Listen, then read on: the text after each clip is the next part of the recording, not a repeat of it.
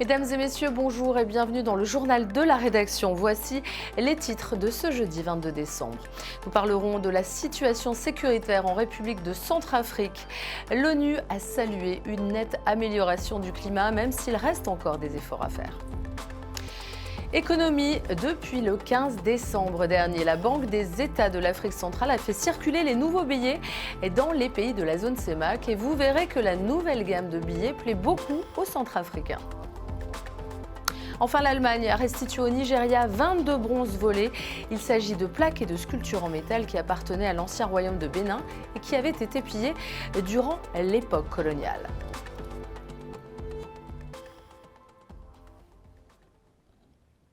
Je vous le disais il y a un instant, en Centrafrique, le secrétaire général adjoint aux opérations de paix des Nations Unies dit voir une amélioration non négligeable du climat de sécurité en Centrafrique lors de sa visite officielle à Bangui. Mais il rappelle qu'il y a tout de même des efforts supplémentaires à faire. Les détails avec Aymeric Towignon. Alors qu'il achevait sa visite de 3 jours en Centrafrique mercredi, le secrétaire général adjoint de l'ONU, chargé des opérations de paix, a donné une conférence de presse avant son départ du pays. Son séjour en RCA lui a permis de constater de visu l'évolution de la situation sécuritaire dans le pays. À ce propos, Jean-Pierre Lacroix, qui a rencontré les autorités centrafricaines pendant sa visite, attribue les bons points aux efforts du gouvernement Touadéra dans ce domaine. La République centrafricaine n'a surtout pas besoin de plus de violence. En ce qui concerne la protection des civils, il y a eu d'abord, et c'est quelque chose qui a été partagé par les interlocuteurs du gouvernement que nous avons rencontrés récemment, il y a eu ce que j'appelle une relative amélioration, mais tout de même non négligeable, du climat de sécurité. La visite de 3 jours du secrétaire général adjoint intervient quelques semaines après la prolongation d'1 an du mandat de la mission de maintien de paix en RCA. La MINUSCA, composée de plus de 14 000 militaires et 3 000 policiers, restera aux côtés du peuple centrafricain jusqu'au retour total de la paix dans le pays. In fine, quel est l'objectif d'une opération comme la MINUSCA? C'est de faire en sorte qu'un jour nous puissions partir en laissant derrière nous une situation où l'État aura retrouvé son autorité et sa présence et sa capacité à assurer des fonctions régaliennes et assurer des services à la population partout dans le territoire. Il y a eu des progrès, il ne faut pas le passer sous silence. Il y a aussi des efforts supplémentaires à faire. Et c'est ce que nous souhaitons faire dans le cadre de notre mandat. La mort de 7 civils lors d'une attaque rebelle dans le sud-est de la Centrafrique en début de ce mois vient rappeler la nécessité de consentir plus d'efforts pour la sécurisation totale de l'ensemble du territoire centrafricain. Cette visite en RCA de Jean-Pierre Lacroix, la deuxième au cours de cette année 2022, a été aussi l'occasion pour le secrétaire général adjoint de l'ONU de rassurer les autorités du pays quant à la disponibilité de la mission de maintien de paix des Nations Unies à contribuer au retour de la stabilité dans le pays. En Gambie, les autorités ont annoncé mercredi avoir déjoué une tentative de coup d'État militaire survenue la veille. Les forces armées gambiennes disent avoir d'ores et déjà arrêté 4 soldats accusés de vouloir renverser la présidence d'Adama Barrow. 3 autres complices seraient recherchés. Les enquêtes en cours doivent éclaircir les circonstances de l'événement, mais le gouvernement se veut rassurant sur la situation dans le pays. Au Kenya, les 100 premiers jours de mandat du président Ruto ne sont pas très concluants. Sécheresse inédite, évaluation de la monnaie, sécurité régionale dégradée. Il faut dire que les défis sont nombreux pour le président. Homme d'affaires parti de rien pour devenir l'une des plus grandes fortunes du pays, William Ruto a été élu en se présentant comme le défenseur des débrouillards du petit peuple. Il a promis de créer des emplois et de s'attaquer à l'inflation galopante.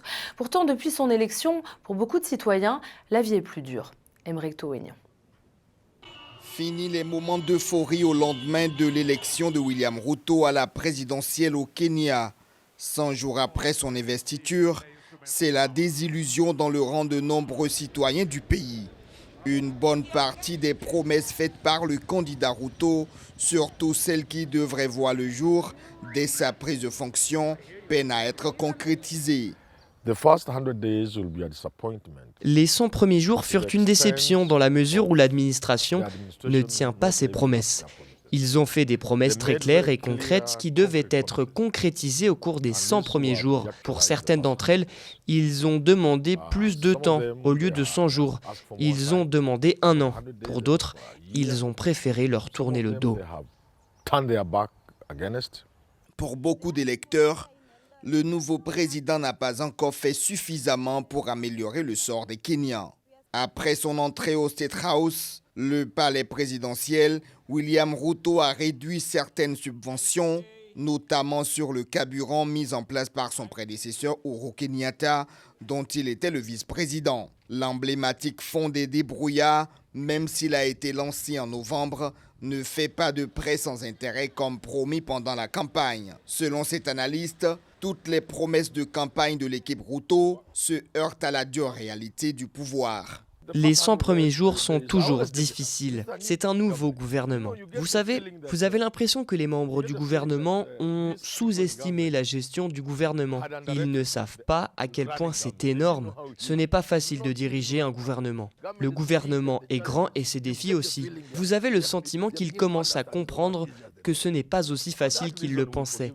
Pour cette raison, nous leur pardonnerons les erreurs qu'ils commettent et nous leur donnerons un 5 sur 10. Au moins, le navire flotte. Certains opposants accusent également William Ruto de mener une vendetta politique après la mise à pied début décembre de 4 responsables de la commission électorale qui avaient dénoncé les résultats du scrutin présidentiel. Malgré des débuts jugés décevants, William Ruto a encore un peu plus de 4 ans pour réaliser ses promesses, surtout celle de redynamiser l'économie en réduisant la dette publique kenyane. En Europe, après la France, c'est au tour de l'Espagne de demander la fin de tout soutien du Rwanda aux rebelles du M23 en RDC. En effet, Madrid a appelé mercredi les autorités rwandaises à cesser tout appui aux rebelles du mouvement du 23 mars dans l'est de la République démocratique du Congo où ils sont accusés d'exactions contre les civils. Justice en Côte d'Ivoire, la prison à perpétuité a été requise mercredi à Abidjan contre 4 accusés de l'attentat djihadiste de la ville balnéaire ivoirienne de Grand Bassam qui avait fait 19 morts en mars 2016. L'attentat avait été revendiqué par AQMI. Place à l'économie, on démarre avec le Nigeria qui a décidé d'assouplir ses restrictions sur les retraits en liquide sous la pression populaire. L'annonce avait été faite mercredi 7 décembre par la Banque centrale. Depuis, cette décision crée des remous. À partir du 9 janvier prochain, les retraits seront limités à 20 000 naira par jour, soit l'équivalent de 42 € et 100 000 naira par semaine pour les particuliers. Cela pour pousser la population vers une économie de plus en plus dématérialisée. Mais dans un pays où le cash reste roi, surtout pour la majorité défavorisée, cette annonce risque de rajouter une couche à la gronde sociale. Focus sur la mise en circulation des billets en République centrafricaine. Le pays est membre à part entière de la Banque des États de l'Afrique centrale, comme les autres États, le Cameroun, le Congo, le Gabon, la Guinée équatoriale ou le Tchad, et dispose depuis le 15 décembre dernier de nouvelles coupures d'argent dans les locaux de bureaux décentralisés de la BEAC à Bangui. Alors, quelle est la signification profonde de cette réforme et comment la population centrafricaine a-t-elle accueilli ces nouvelles coupures de francs CFA? Élément de réponse avec Roland Jean-Paul Tchibinda.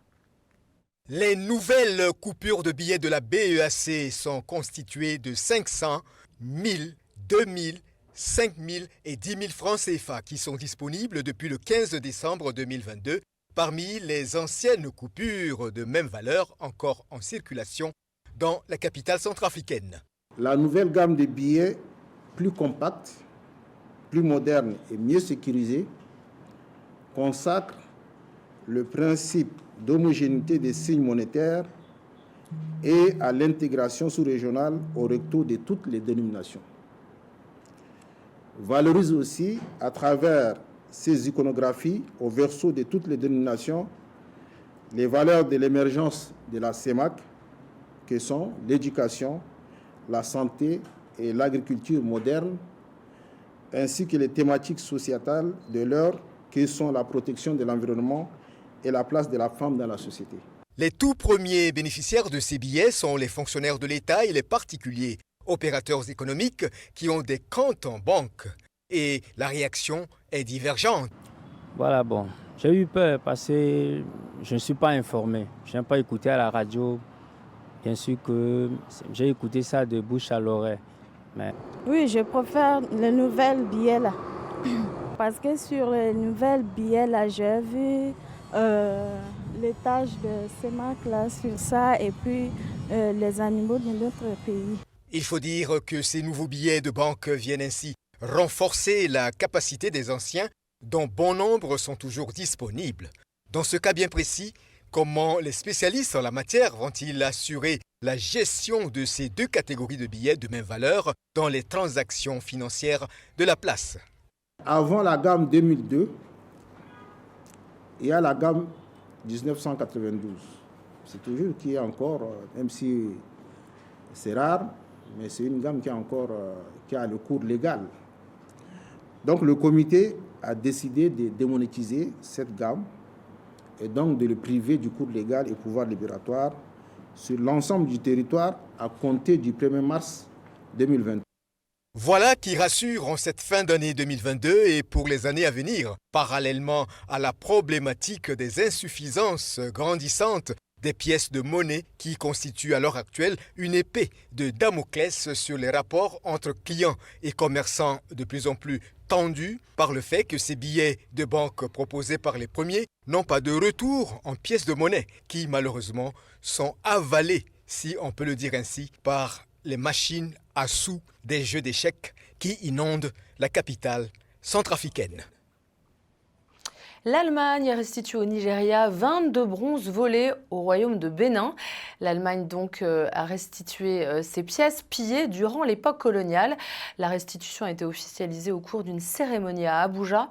Des milliers de bronzes du royaume de Bénin qui se trouvent dans le sud du Nigeria actuel, ainsi que des plaques et des sculptures en métal datant du XVIe au XVIIIe siècle avaient été volés dans le palais de l'ancien royaume. C'est un sujet signé Valentine Exampus. Cette œuvre d'art fait partie des 21 autres restituées par l'Allemagne au Nigeria au cours d'une cérémonie officielle tenue à Abuja. Ces objets, datant du XVIe au XVIIIe siècle, avaient été pillés pendant la période coloniale dans le palais de l'ancien royaume du Bénin, dans le sud du Nigeria actuel. Ils ont été longtemps exposés dans des musées et des collections d'art aux États-Unis et en Europe. Le retour des bronzes aujourd'hui est donc une étape cruciale pour aborder ce chapitre de la manière dont il doit être abordé. De manière ouverte, amicale et avec la volonté d'évaluer de manière critique l'activité de chacun. Le musée ethnologique de Berlin possède 530 objets historiques provenant de l'ancien royaume du Bénin, dont 440 bronzes, considérés comme la plus importante collection après celle du British Museum de Londres. En restituant une partie de ces objets, l'Allemagne tente de réparer un tort vieux de plus d'un siècle.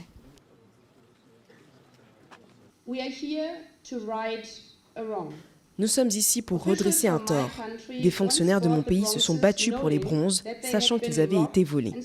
Après cela, nous avons ignoré l'appel du Nigeria à les restituer après une très longue période.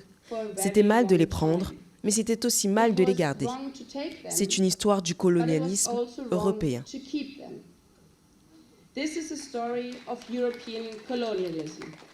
Le ministre de la Culture du Nigeria, Lahi Mohammed, a salué cette première restitution et a profité de l'occasion pour lancer un appel aux autres nations et musées détenant encore des antiquités nigérianes.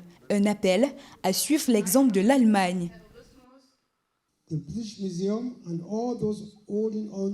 British Museum et tous ceux qui détiennent nos objets doivent comprendre que le rapatriement est un processus dont le temps est venu. Ils doivent également comprendre que nombre de ces objets culturels ne sont pas de simples objets d'art pour nous, mais l'essence même de notre être. La restitution par l'Allemagne de ces objets s'inscrit dans le cadre d'un mouvement international en faveur de la restauration d'objets africains provenant des anciennes puissances coloniales. Pour l'Allemagne, cet acte entre surtout dans une série d'initiatives prises par le pays pour assumer son passé colonial, pas toujours glorieux. Place à l'actualité en France où les vacances commencent mal. La SNCF se met en grève à quelques jours de Noël. Les trains supprimés sont déjà annoncés. Une grève des contrôleurs SNCF va donc perturber le trafic ferroviaire entre le 23 et le 26 décembre prochain, alors que de nombreux Français prennent le train pour retrouver leur famille durant les fêtes de fin d'année. Soukaina Skali. C'est un mouvement de grève qui pourrait bousculer les plans de quelques 200 000 voyageurs. Conséquence de l'appel à la grève lancé par un collectif de chefs de bord, un voyageur sur 4 verra son train supprimé pour le week-end. Alors moi je ne vais pas être impactée, mais mes enfants oui, parce qu'ils redescendent, là on va en Normandie, et ils redescendent dimanche. Et bien sûr, à tous les coups, leur train va être supprimé. Et moi, c'est pas que je sois contre la grève, c'est très bien et tout, mais pas au moment des fêtes de Noël. Ça vraiment, c'était la chose à ne pas faire. En tête des revendications, une revalorisation salariale des contrôleurs de la SNCF. Ils réclament également une meilleure reconnaissance de la spécificité de leur métier, comme les horaires décalés. À l'heure actuelle, la vie devient de plus en plus difficile et tout a augmenté et les salaires ne suivent pas. Donc en fait, je comprends les gens qui peuvent partir en mouvement à ce moment-là. Même si ça nous a gênés personnellement, puisqu'on vient de changer notre billet de retour Paris-Marseille. Face à ces annulations, Christophe Fanichet, le directeur général de la SNCF, a décidé de mettre en place des mesures de remboursement exceptionnelles. On va rembourser pour les voyageurs qui ne circuleront pas et dont leur train sera annulé, c'est 200% de remboursement. Parce que oui, je trouve que la période, elle est très particulière, c'est Noël, et une entreprise comme la nôtre, elle est à l'écoute de ses clients, et aujourd'hui, cette grève elle est inacceptable, et nos clients, ce geste, on le devait. Depuis novembre, le dialogue entre le collectif de contrôleurs et la SNCF semble au point mort. Le 7 décembre dernier, la direction a proposé d'augmenter la prime de travail des chefs de bord de 600 € par an. Des propositions acceptées par la CGT et Sudrail qui n'appellent pas à arrêter le travail. Et puis en ce qui concerne le reste de l'actualité internationale, nous irons en Israël où Benjamin Netanyahou a annoncé être en mesure de former le prochain gouvernement. En Birmanie, le Conseil de sécurité de l'ONU a demandé la libération d'Aung San Suu Kyi. Et enfin, le Premier ministre des îles Fidji sortant, Frank Bainimarama, conteste sa défaite. C'est un reste actu commenté par Noël Ndong et Souhail Asbei. En Israël, Benjamin Netanyahou a annoncé mercredi être en mesure de former le prochain gouvernement avec ses partenaires des partis ultra-orthodoxes et d'extrême droite. Vainqueur avec ses alliés des élections législatives du 1er novembre, Benjamin Netanyahou avait jusqu'à 23h59 mercredi pour annoncer au président Isaac Herzog qu'il avait réussi à former le prochain gouvernement, succédant ainsi au Premier ministre sortant Yair Lapid. Si la composition précise du gouvernement n'était pas encore totalement ficelée, les partenaires sont connus. Le parti de Benjamin Netanyahou, le Likoud, a signé des ententes avec les partis d'extrême droite, prévoyant une répartition de certains postes. Le prochain gouvernement de Benjamin Netanyahou sera annoncé soit la semaine prochaine ou au début du mois de janvier, selon les analystes. Le Conseil de sécurité de l'ONU a demandé la libération d'Aung San Suu Kyi. C'est la première fois depuis 1948 que le Conseil de sécurité de l'ONU adopte une résolution sur la situation en Birmanie. L'ONU exhorte à la fin des violences et la libération de tous les prisonniers politiques, dont l'ancienne dirigeante Aung San Suu Kyi. Prix Nobel de la paix, Aung San Suu Kyi, 77 ans, avait été arrêtée et condamnée à un total de 26 ans de prison, alors qu'elle était chef du gouvernement lors du coup d'État militaire de février 2021, qui avait mis fin à une décennie de transition démocratique en Birmanie. Depuis, le pays est en proie au chaos et à la violence de son économie en lambeaux. Le Premier ministre fidjien sortant, Frank Bainimarama, a contesté mercredi sa défaite aux élections législatives. Son parti a annoncé qu'il se battrait pour maintenir son candidat au pouvoir. Le gouvernement est sorti du silence pour la première fois depuis le 14 décembre, affirmant que l'accord ayant permis au parti d'opposition de l'emporter était illégitime. L'adversaire de Frank Bainimarama, Sitiveni Rambo Rabuka, ancien rugbyman international puis double putschiste, a conclu un accord mardi avec le Parti social-démocrate pour constituer une majorité au Parlement. L'ex-chef du gouvernement devrait donc revenir prochainement à la tête des Fidji et a promis de rénover la démocratie de ce petit État du Pacifique. Le président ukrainien Volodymyr Zelensky, qui n'a pas quitté son pays depuis l'invasion par la Russie, a été reçu hier à la Maison-Blanche à Washington par Joe Biden. Il s'est ensuite adressé au Congrès américain. Cette visite vient resserrer les liens entre les deux pays et une nouvelle tranche d'aide militaire de presque 2 milliards de dollars a été annoncée. Elle va comprendre un nouveau type d'arme, une batterie de missiles Patriot. Les précisions sur cette visite avec Soukaina Skali. Comme un symbole, Volodymyr Zelensky s'est présenté mercredi devant le Congrès américain dans son costume de commandant en chef de l'armée ukrainienne. Une visite inédite tant elle s'inscrit dans un contexte particulier. C'est la première fois depuis le début de la guerre en Ukraine que le président quitte son pays. Nous avons de grandes nouvelles que je vais rapporter à la maison. Aujourd'hui, le président Biden a annoncé un nouveau paquet de soutien militaire de près de 2 milliards de dollars. Et l'élément le plus fort de ce paquet est le système Patriot. Alors que mercredi, Joe Biden et Volodymyr Zelensky se rencontraient à Washington, en parallèle, la Russie annonçait poursuivre ses efforts de guerre avec la volonté d'augmenter le nombre de soldats dans les rangs de son armée. Dans la foulée, les États-Unis ont annoncé une nouvelle aide financière pour l'Ukraine. Je voudrais vous remercier beaucoup pour les paquets financiers que vous nous avez déjà fournis et ce que vous pourriez être prêts à décider. Votre argent n'est pas de la charité, c'est un investissement dans la sécurité mondiale et la démocratie que nous gérons de la façon la plus responsable.